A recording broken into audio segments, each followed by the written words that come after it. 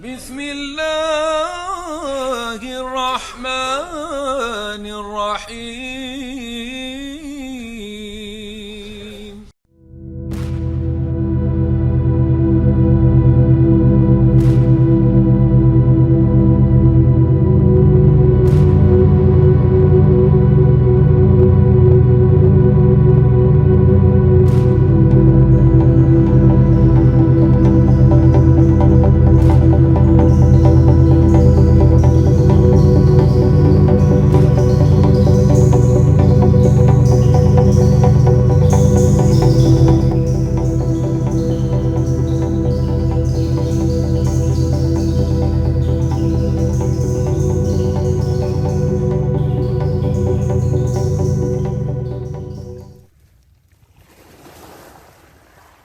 Aucune civilisation, aucune religion, aucun pays aussi fort soit-il ne peut accaparer le centre du monde en disant c'est moi qui décide.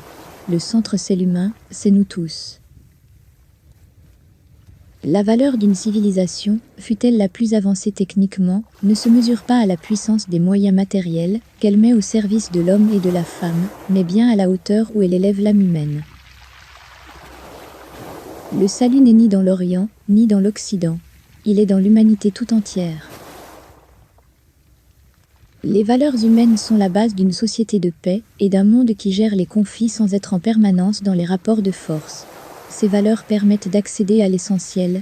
Une société malade du consumérisme génère trop souvent un monde déshumanisé. Ne pas agir, c'est assurément conduire l'humanité à sa perte. Nous sommes à un carrefour, nous avons des choix à faire, nous devons les faire ensemble. Nous avons oublié que la réconciliation des genres nous permet de nous réaliser.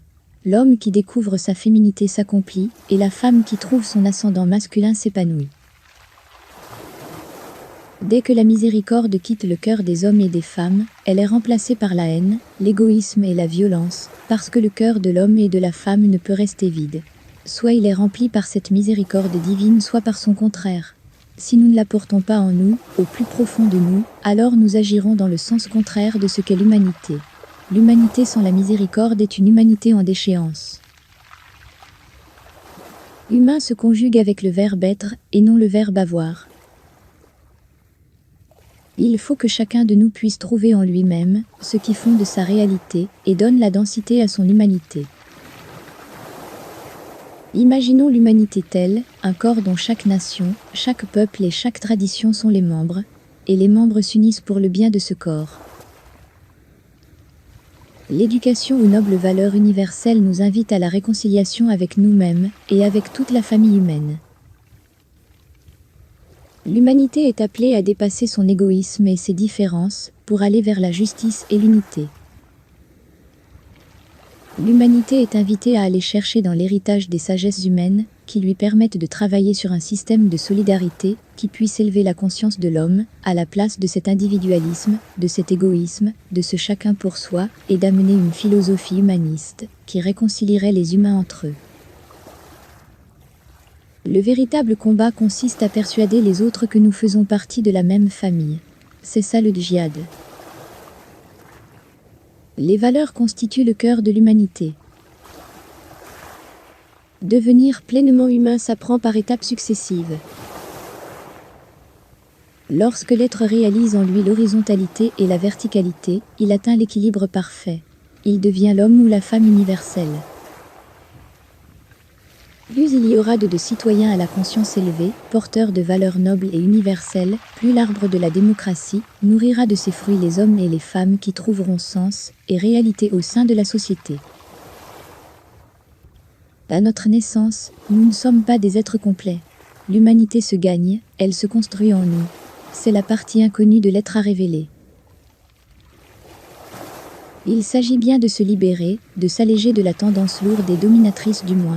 C'est en fait une question de transcendance, transformer ce qu'on a reçu, ce que l'on est, pour l'élever vers cet état d'universalité que symbolise le centre du cercle, où tous les rayons de la sphère, quel que soit leur sens, même opposés, viennent se rejoindre et s'équilibrer.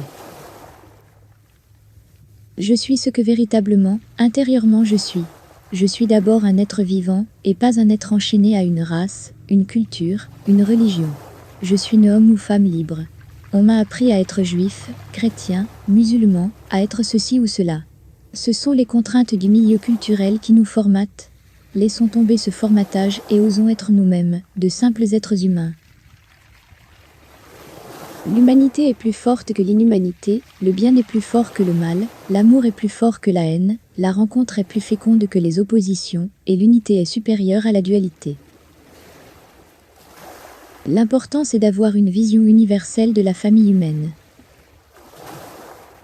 Les idées sont comme des graines. L'essentiel de ce qui a fait l'humanité, ce sont les idées. Moins d'humanité nous entraîne vers plus d'animalité. Aujourd'hui, le sens et les valeurs humaines doivent être au centre de nos préoccupations.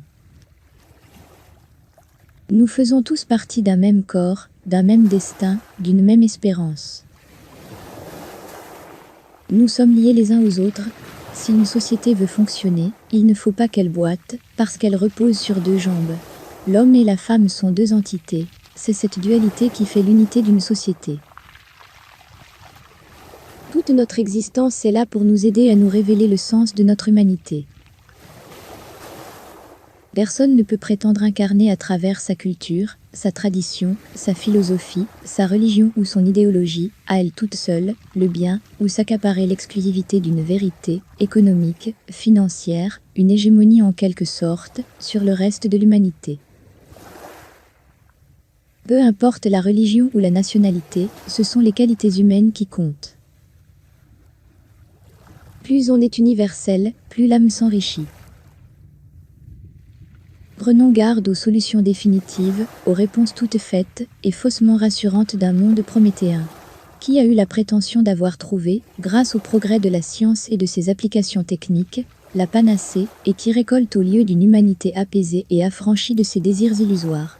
Une humanité désorientée et troublée par l'extrême vulnérabilité de sa condition terrestre et l'incertitude de son avenir.